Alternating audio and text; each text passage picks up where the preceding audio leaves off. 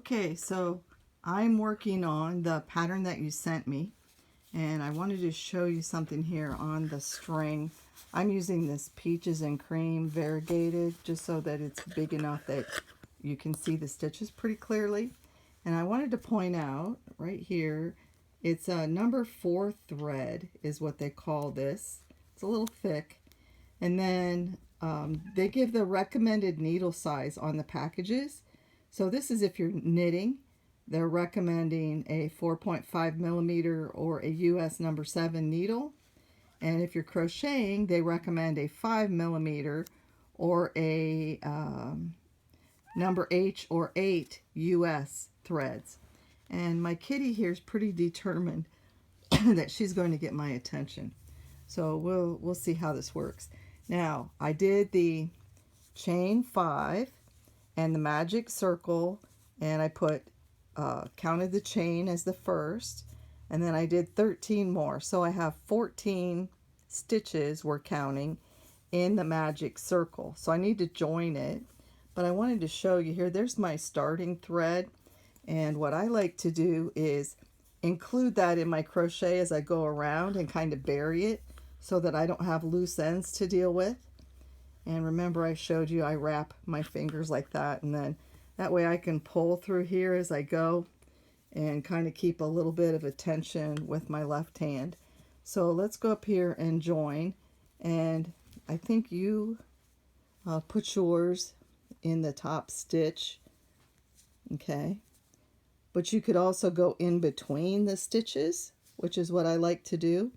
And then I want to make sure that I catch this thread and kind of start burying it in. So I'm just going to slip stitch to join. So now I have what I'm counting as 14 double crochet. And remember, double crochet is where you wrap it once and then pull through 2 and pull through 2.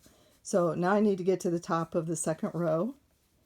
And so I'm going to chain 2, 1, 2, and then I'll wrap 1, and I'm going to go right in the very same spot, right there. And I'm going to keep that tail from where I started in between and pull up a loop, okay? And then pull through 2 and pull through 2. So now I consider I have 2 double crochet in the space between those 2 stitches. So according to how the pattern looks, I'm now going to put 2 double crochet in the next gap.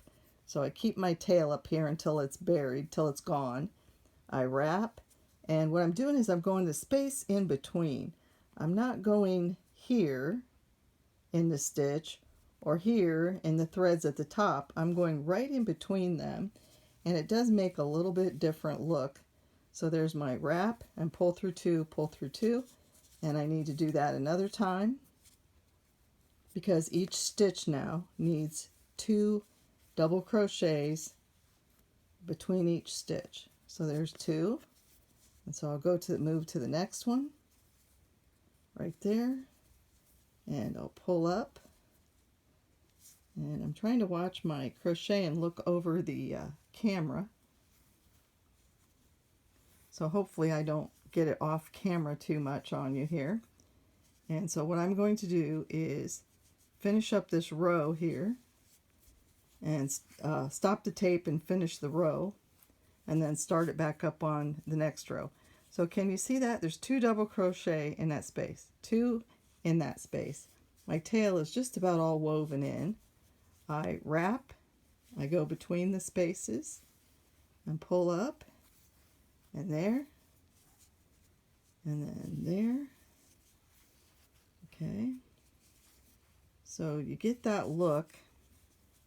Kind of big, a bigger hole, and there's 2 double crochet in each space, and it looks different from doing this because you can kind of see that line going all the way around. This way it's kind of inside and you don't have a big hole there. So I'll undo that stitch, and I'm going to go all the way around to the end, 2 double crochet in each space in between, and I should end up with 28 stitches on there altogether. So I'll stop my tape and I'll be back.